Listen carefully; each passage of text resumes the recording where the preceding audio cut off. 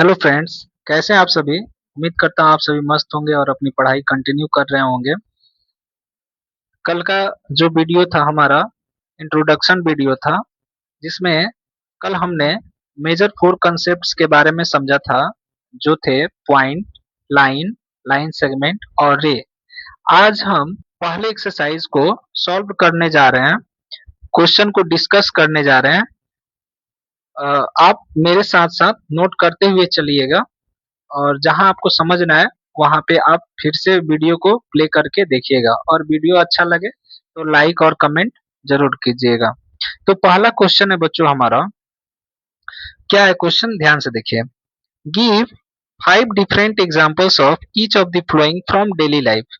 यानी कह रहा है बच्चों कि डेली लाइफ में आपको इनके इनसे जैसे पॉइंट का एग्जाम्पल कहाँ देखने को मिलता है, लाइन सेगमेंट का एग्जाम्पल कहाँ देखने को मिलता है और रे का एग्जाम्पल कहाँ देखने को मिलता है।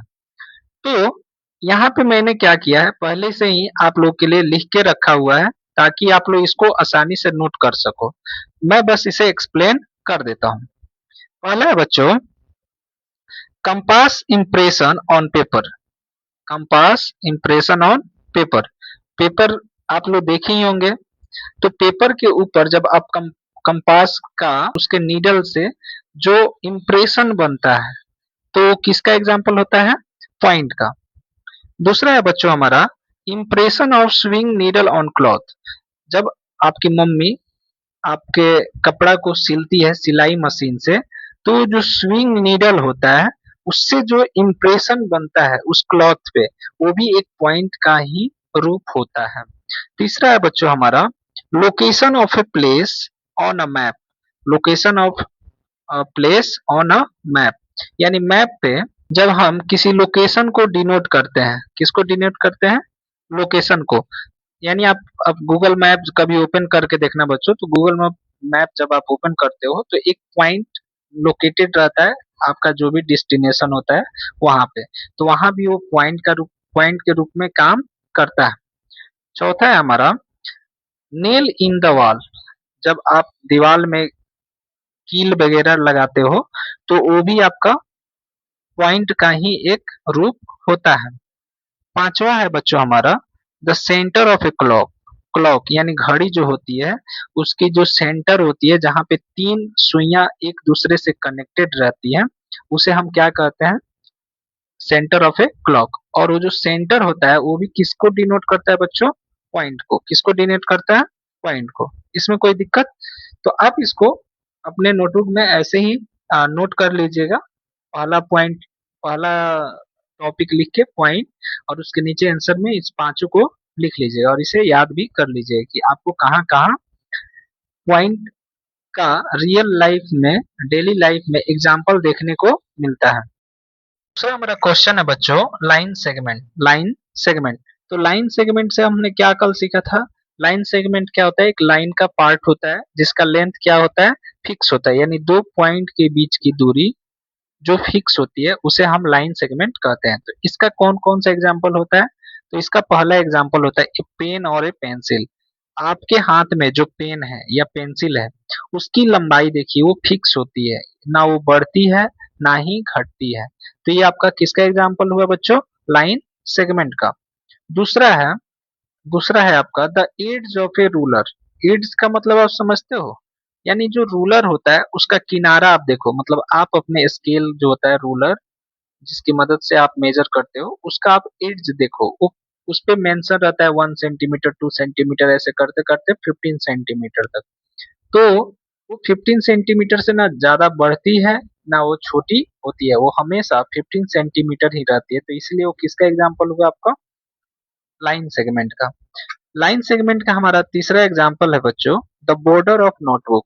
ये सब हमने कल की क्लास में भी डिस्कस किया हुआ था कि आपका नोटबुक का जो बॉर्डर होता है उसका भी जो लेंथ होता है वो फिक्स होता है।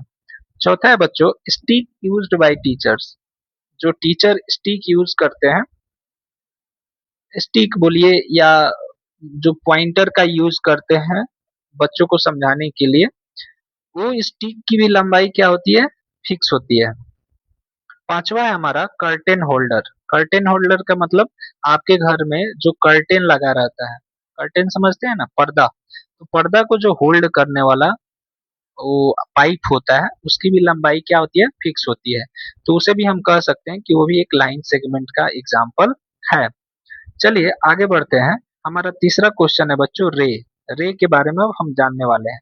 तो रे कल हमने पढ़ा था, तो हमने पढ़ा था कि एक बिंदु से एक बिंदु क्या होती है, एंड पॉइंट होती है, और एक बिंदु की तरफ वो जो लाइन होती है वो बढ़ते हुए जाती है। मुझे बताओ, मान लो कि ये टॉर्च है, क्या है, टॉर्च। तो यहाँ से लाइट क्या होगी, चारों तरफ इमिट होगी, यानी यह जो हुआ ये आपका स्टार्टिंग पॉइंट हुआ, और इधर जा रही है तो ये अनंत तक जाएगी, जितना इसका लेंथ कवर करना है उतना ये करेगी, ये रुकने वाली नहीं है। अब सन को ही देखो, तो सन से जो लाइट निकलता है, तो ये निकलता कहाँ है, सन से, और कहाँ तक जाता है, इनफाइनाइट। इनफाइनाइट का मतलब अनंत तक, है ना। तो रे का एग्जाम्पल हम लोग को रियल लाइफ में कहाँ कहाँ देखने को मिलता है। तो पहला जगह हुआ बच्चों हम लोग का टॉर्च लाइट। क्या हुआ, टॉर्च लाइट, मतलब आप जो टॉर्च यूज करते हो, क्या यूज करते हो, टॉर्च। तो टॉर्च से जो लाइट निकलता है वो किसका एग्जाम्पल होता है, आपका रे का। दूसरा है सनलाइट फ्रॉम द सन। सन से निकलने वाली जो सनलाइट होती है वो भी किसका एग्जाम्पल होती है, सन रे का। तीसरा है light emit from electric bulb. आपके घर में जो लाइट निकलती है इलेक्ट्रिक बल्ब से, वो भी निकलती कहाँ से है, तो इलेक्ट्रिक बल्ब से, और चारों तरफ आपके घर में रोशनी फैलाती है, तो रे का ही एक एग्जाम्पल है। चौथा है बच्चों हमारा laser beam for laser light. Laser beam from laser light. Laser beam का मतलब होता है जब आप लेजर लाइट को ऑन करते हो तो उसमें से लेजर का एक बीम निकलता है। बीम का मतलब होता है बहुत सारे रे निकलते हैं, उसे हम बीम कहते हैं। तो लेजर लाइट से भी क्या निकलता है, लेजर रेज निकलती हैं। पांचवा है बच्चों हमारा car headlight. Car headlight, car headlight तो आप लोग इससे बहुत अच्छी तरह से वाकिफ होंगे। कार से निकलने वाली जो लाइट होती है उसे हम लोग कार हेडलाइट करते हैं, और ये भी क्या, रे का ही एक एग्जाम्पल होता है। चलिए बढ़ते हैं अपने दूसरे क्वेश्चन की तरफ। उम्मीद करते हैं आपको ये समझ में आया होगा, आप इसे नोट डाउन कर लीजिएगा एज इट इज। आगे बढ़ते हैं सेकेंड क्वेश्चन में। सेकेंड क्वेश्चन कह रहा है बच्चों use the figure to name. Use the figure a to name. इस फिगर का यूज करके हमें बताना है यहाँ पे जो जो क्वेश्चन दिया है वो। तो पहला क्वेश्चन हमारा क्या है वो ध्यान से देखिए। पहला क्वेश्चन हमारा 5 पॉइंट्स, 5 पॉइंट्स। तो पहला का आंसर हम यहाँ लिखने का प्रयास करते हैं। आप मुझे बताओ इसमें पॉइंट क्या होता है और इसमें कौन कौन सा आपको पॉइंट दिख रहा है। तो कल हमने आपको बताया था पॉइंट क्या होता है, एक सिंपल सा डॉट होता है। तो आप देखो एक यहाँ डॉट दिख रहा है, एक यहाँ डॉट दिख रहा है, एक यहाँ डॉट दिख रहा है, और एक यहाँ, और एक यहाँ भी तो है। और उसे हमने बताया हुआ था कैसे डिनोट करते हैं, कैपिटल लेटर से। तो हम सिंपली 5 पॉइंट्स को डिनोट कर देते हैं। बस हमें बताना है इन फिगर का यूज करके कि 5 पॉइंट्स कौन कौन से होंगे। तो पहला हमारा दिख रहा है वो डी, दूसरा ई, तीसरा ओ, चौथा बी, और पांचवा सी। बस पहला का आंसर हो गया। चलिए अब दूसरा आंसर लिखने का प्रयास करते हैं। ए लाइन, ए लाइन, ए लाइन का मतलब एक हमें लाइन बताना है। तो लाइन को पहचानने का एक तरीका और याद रखिएगा बच्चों, दोनों साइड में तीर होता है। दोनों साइड में क्या होता है, तीर। तो देखो, और वो स्ट्रेट होती है। तो आप बताओ, ये तो यहाँ एक साइड में तीर है, लेकिन क्या ये लाइन नीचे की तरफ है, नहीं। तो इसीलिए ये लाइन नहीं होगा। ये भी तो इसके साइड में भी एरो है, क्या यह लाइन स्ट्रेट दूसरे साइड में भी एक तीर है, नहीं। तीसरा लाइन देखिए, इधर तो एरो है और ये सीधी गई गई गई गई गई, और लास्ट में भी क्या है, एरो है। तो इसका मतलब यह आपका एक लाइन है।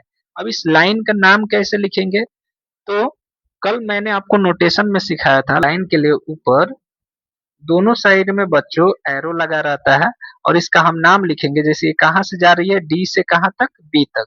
तो लाइन डी बी, कोई दिक्कत। तो ये 2 नंबर का आंसर हो गया। अब चलिए 3 नंबर का आंसर लिखने का प्रयास करते हैं। थ्री का क्या पूछ रहा है, 4 रेज, 4 रेज। तो रेज क्या होता है, एक पॉइंट से निकले और वह जो पॉइंट है एक दिशा में अनंत तक बढ़ती हुई जाए, तो उसे हम क्या कहते हैं, रेज कहते हैं। तो रेज को लिखने का तरीका बहुत आसान होता है। आप देखो कि तीर किधर निकल रहा है। जैसे यहाँ तीर निकल रहा है, इधर, इधर, इधर भी तीर निकल रहा है, इधर भी तीर निकल रहा है, इधर भी तीर निकल रहा है, इधर, है ना। तो आप इसका नाम दे सकते हो, जैसे डी से, एक मिनट, जैसे देखो यहाँ से एक तीर इधर निकल रहा है और एक और तीर यहाँ से भी तो निकल रहा है, निकल रहा है कि नहीं। हमें बस चार ही का नाम लिखना है। फोर रेज, तो पहला हम लिखते हैं, इसको इरेज करता हूं मैं ताकि आपको अच्छे से समझ में आए रेज लिखने का तरीका। तो फोर रेज क्या होता है, तो रेज लिखने का तरीका होता है बच्चों, ऊपर एक साइड में तीर देते हैं और जो स्टार्टिंग पॉइंट होता है उसको पहले लिखते हैं। जैसे हम इसको लिखते हैं, इसको, तो इसमें स्टार्टिंग कहाँ से हो रहा है, ओ से, तो यहाँ लिखेंगे ओ, और कहाँ जा रहा है, बी की तरफ, तो ओ बी रे, ओ बी रे, इसको हम रीड करेंगे रे ओ बी। चलिए अगला देखिए, दूसरा इसमें क्या होगा, इसको लेते हैं अब। तो ये ओ से निकल रहा है और किधर जा रहा है, सी की तरफ, ओ सी रे, ठीक है, आए समझ में। चलिए अब तीसरा लिखने का प्रयास करते हैं। तीसरा कैसे लिखेंगे, तो तीसरा देखिए, ये ओ से डी की तरफ, तो ओ डी रे, और ई से डी की तरफ, तो ई डी रे। तो हमने कितने रेज का नाम लिख लिया, चार। कितने रेज का नाम लिख लिया, चार। चलिए अगले क्वेश्चन पे बढ़ते हैं। इसमें एक और है, five line segment, five line segment. अब 4 नंबर में हमें फाइव लाइन सेगमेंट्स को लिखना है। लाइन सेगमेंट क्या होता है, तो दो बिंदु के बीच की दूरी। जैसे देखिए डी ई एक हो गया, फिर डी ओ दो हो गया, डी बी तीन हो गया, ई ओ चार हो गया, ई बी पांच हो गया, ओ सी छह हो गया। लेकिन हमें लिखना कितना है, बस पांच ही लिखना है। तो आपको जो मन करे वो लिख सकते हो। जैसे पहला मैं ये लिखता हूँ, इसके बीच की दूरी। तो लाइन सेगमेंट क्या होती है, दो पॉइंट के बीच की दूरी होती है। तो पहला पॉइंट हुआ डी, पहला पॉइंट हुआ डी और दूसरा पॉइंट ई, और लाइन सेगमेंट को दिखाने के लिए एक सिंपल सा स्ट्रेट लाइन ड्रॉ करते हैं। तो ये हो गया डीई लाइन। दूसरा क्या लिखोगे आप, दूसरा लिखोगे, दूसरा क्या लिखोगे, देखो ई से लेकर ओ तक, तो लाइन सेगमेंट ई ओ। फिर तीसरा लिखना है तो आप लिखोगे ओ से लेकर बी तक, ओ बी। चौथा ओ से लेकर सी तक, हो गया। और एक और अपने मन से लिख लो, तो डी बी लिख दो, या डी ओ लिख दो, या ई बी लिख दो। आपको इसमें से बस फाइव लाइन सेगमेंट्स ही लिखना है। तीसरा क्वेश्चन है बच्चों हमारा, observe the figure B and then answer the following question. ये आपका फिगर बी है, इसे ऑब्जर्व करके हमें क्वेश्चन का आंसर देना है। पहला क्वेश्चन है बच्चों, name the longest line segment. तो वन का आंसर अभी हम लिखेंगे, कर name the longest line segment. Line segment क्या होता है, तो दो पॉइंट के बीच की दूरी को हम लोग लाइन सेगमेंट कहते हैं। और इस चित्र में हमें हमसे पूछा गया है कि कौन सा लाइन सेगमेंट है जो सबसे बड़ा है। तो आप ध्यान से देखो, एक पॉइंट ए और ई है, तो इसकी दूरी हुई ए ई, एक लाइन सेगमेंट। एक ए से लेकर बी तक ए बी, एक ई बी हुआ। एक और लाइन सेगमेंट आप देख रहे हो यहाँ से सी से लेकर एफ ई तक, तो ये सी ई। एक और लाइन सेगमेंट है सी से लेकर डी तक, सी डी। एक और है ई से लेकर डी तक, ई डी। और एक लास्ट है एफ बी। तो आप मुझे बताओ, इसमें से कौन सा लाइन सेगमेंट जो है वो आपको बड़ा दिख रहा है, ठीक है। तो सबसे बड़ा जो लाइन सेगमेंट मुझे दिख रहा है बच्चों, ये सी से लेकर डी तक का दिखाई दे रहा है। यानी सबसे लंबा लाइन सेगमेंट इसमें कौन सा है, तो इसका आंसर हो जाएगा लाइन सेगमेंट सी डी, ठीक है। चलिए दूसरा क्वेश्चन पढ़ते हैं, कर name all the lines in this figure. इसमें इस फिगर में जितने भी लाइंस दिए गए हैं उनका आपको नाम देना है। क्या देना है, नाम देना है। तो लाइन क्या होती है, तो लाइन याद रखिएगा बच्चों, जिसके दोनों साइड में क्या हो, एरो हो। तो देखिए एक इस साइड एरो है और एक इस साइड एरो है, और इसका नाम क्या है, तो सी से लेकर डी तक, तो लाइन सी डी। एक और देखिए यहाँ से एरो और इधर भी एरो है, इसका नाम क्या है, एफ बी, तो लाइन एफ बी। क्या है बच्चों, लाइन एफ बी। एक और आपको देखिए, यहाँ एक साइड में तीर है लेकिन स्ट्रेट लाइन में इधर कहीं तीर नहीं है, तो इसलिए नहीं होगा।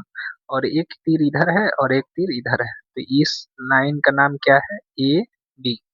तो तीसरा है बच्चों हमारा लाइन ए बी। कोई दिक्कत।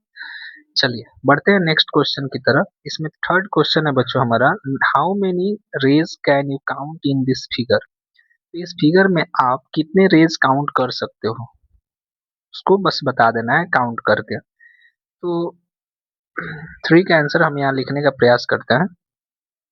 देखिए रेज क्या होता है, तो एक पॉइंट क्या होती है आपका, ओरिजिन पॉइंट होती है जहां से रेज निकलती है, और दूसरे साइड में वो एरो बना हुआ रहता है। तो आप सिंपली क्या करो, एक पॉइंट से एरोज को काउंट कर लो। तो इस पॉइंट से आपका एक लाइन सेगमेंट यहाँ, एक नीचे दो, सॉरी इस रेज से आपका एक रेज ये होगा, दूसरा रेज ये, तीसरा रेज बच्चों ये होगा आपका, यहाँ से ये चौथा रेज, यहाँ से ये पांचवा रेज। आपको कितने रेज दिखाई दिए, 5।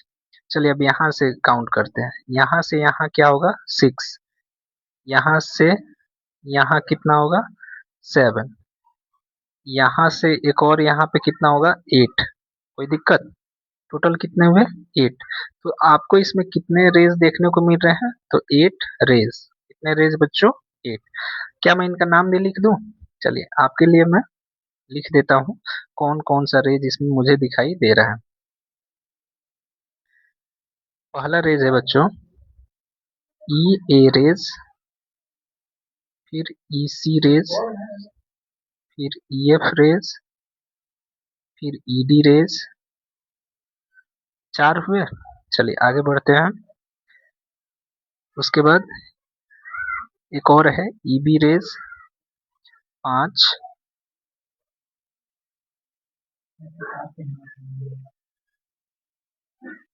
चलिए और है बी ए रेज,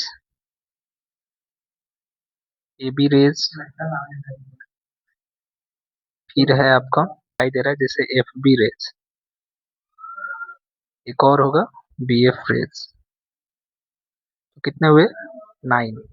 तो हमारा आंसर क्या होगा 9 रेज होगा। कितने रेज 9। कोई दिक्कत, ठीक है। आज के वीडियो में बस हम 3 क्वेश्चन को ही सॉल्व कर पाए हैं डिटेल में। ये वीडियो ज्यादा लंबा ना हो जाए, आप ज्यादा बोर ना हो जाओ, इसलिए आगे की वीडियो में हम अगले क्वेश्चंस को भी सॉल्व करेंगे।